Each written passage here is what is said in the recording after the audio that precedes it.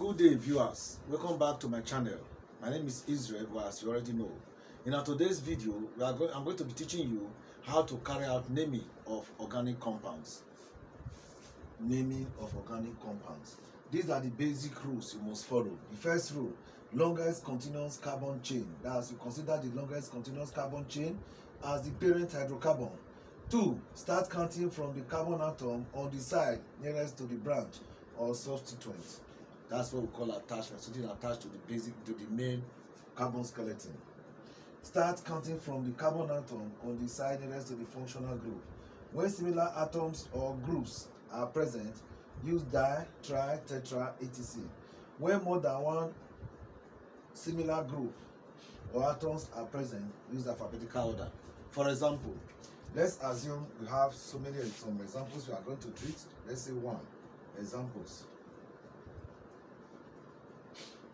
The first one, you can see you have a straight chain like this.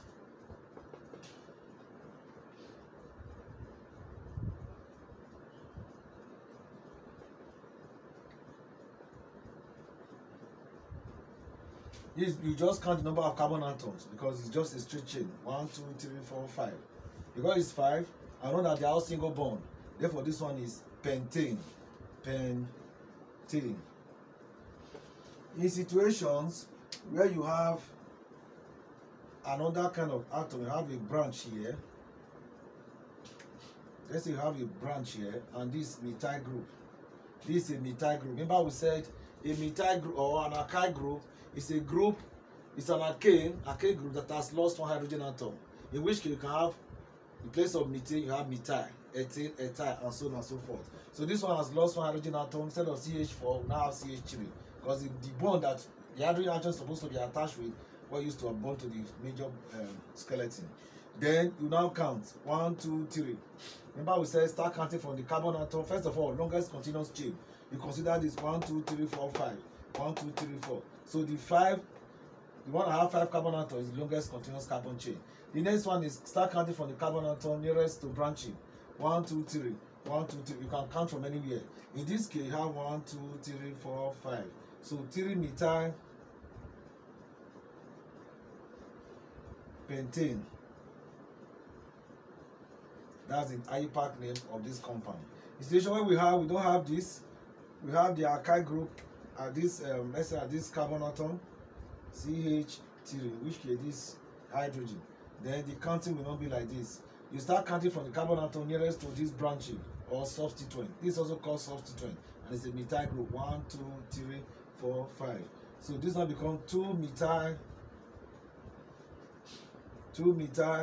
pentane. So situation may arrive where you have another methyl group here, CH3. Now becomes 2 dimethyl, 2 3 here, 3 here, 2 3 dimethyl pentane. There are some situations, and that situation may also arrive where you have a methyl group here. It now becomes 2 3. The first one was, in the absence of this, you have a H here. 2 dimethyl pentane. Then when you now have a CH3 group here, it now becomes 2 3 trimethyl pentane. Let's assume that's for this third one. Start counting from the carbon atom nearest to functional group. So let's assume you don't have this kind of compound. Let's assume in place of, let me just clean the whole thing. You have 1 2 3 4 5. You have a double bond here, in which case you have 2 hydrogen atom, 1 hydrogen atom, like this.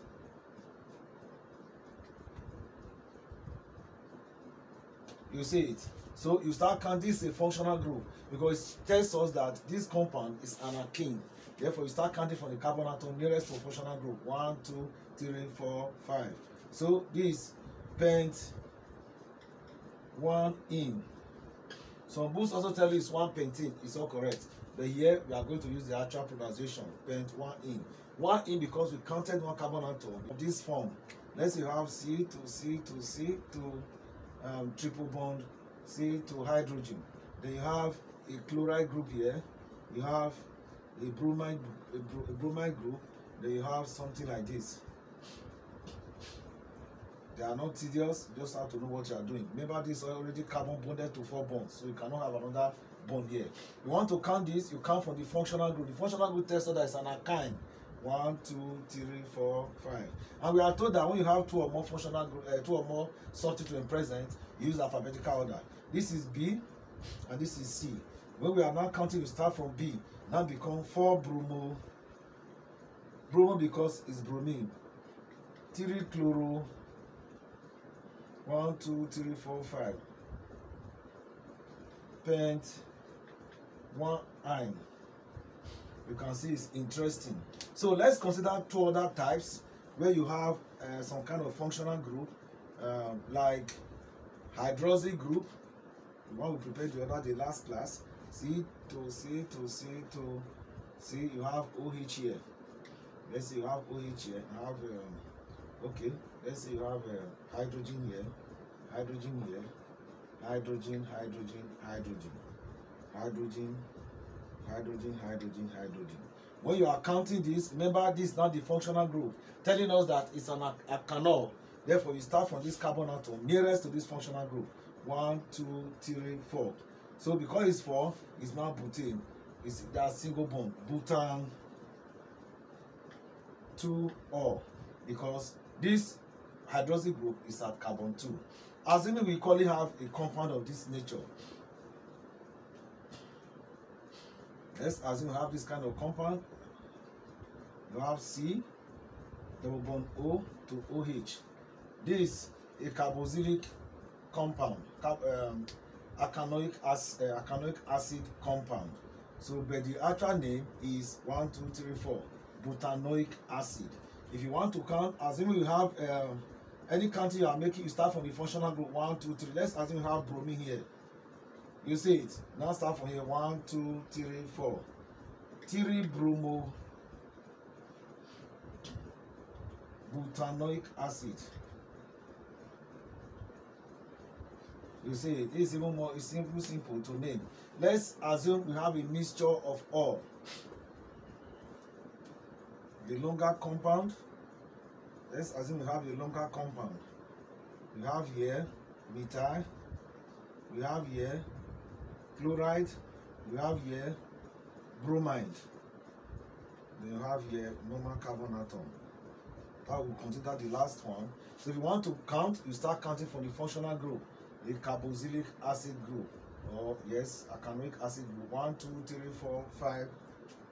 1, 2, 3, 4, 5, 6. You start counting from the side that have the functional group. Remember, this one is methyl group M. This one is chloride, chlorine atom C. Bromine B arrow.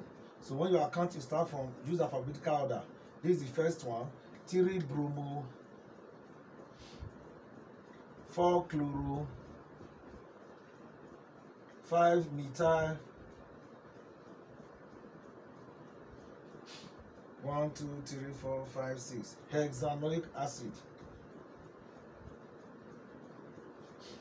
That is that. So let's take a look at one more and we'll end this class. Let's say you have compound like this. This is a past question as far as I can remember. Then you have something like this.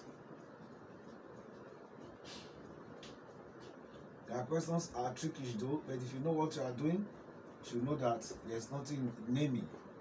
Naming is as simple as one can imagine a very simple subject. So if you have a compound like this, you are told to name it.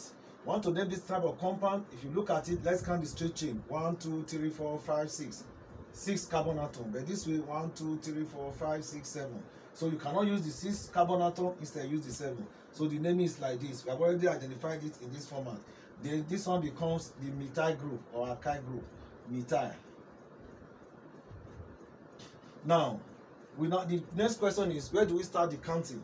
We'll consider it 1, 2, 3, 4, 5. That's where the branching is. 1, 2, 3. Remember, we must count in such a way that will give the lowest atom to the branch. This is the branch. which is also called the substituent. 1, 2, 3, 4, 5, 6, 7. In this case, we are giving the lowest atom to this branch. So the name of this compound now is 3-methyl heptane. That's all we can take in this video. Please, as I always appeal to you, I'm equally appealing again. Kindly subscribe. The subscription so far is still very low. And remember, it's your subscription that keeps the channel going. Thank you very much, and I appreciate you. God bless you.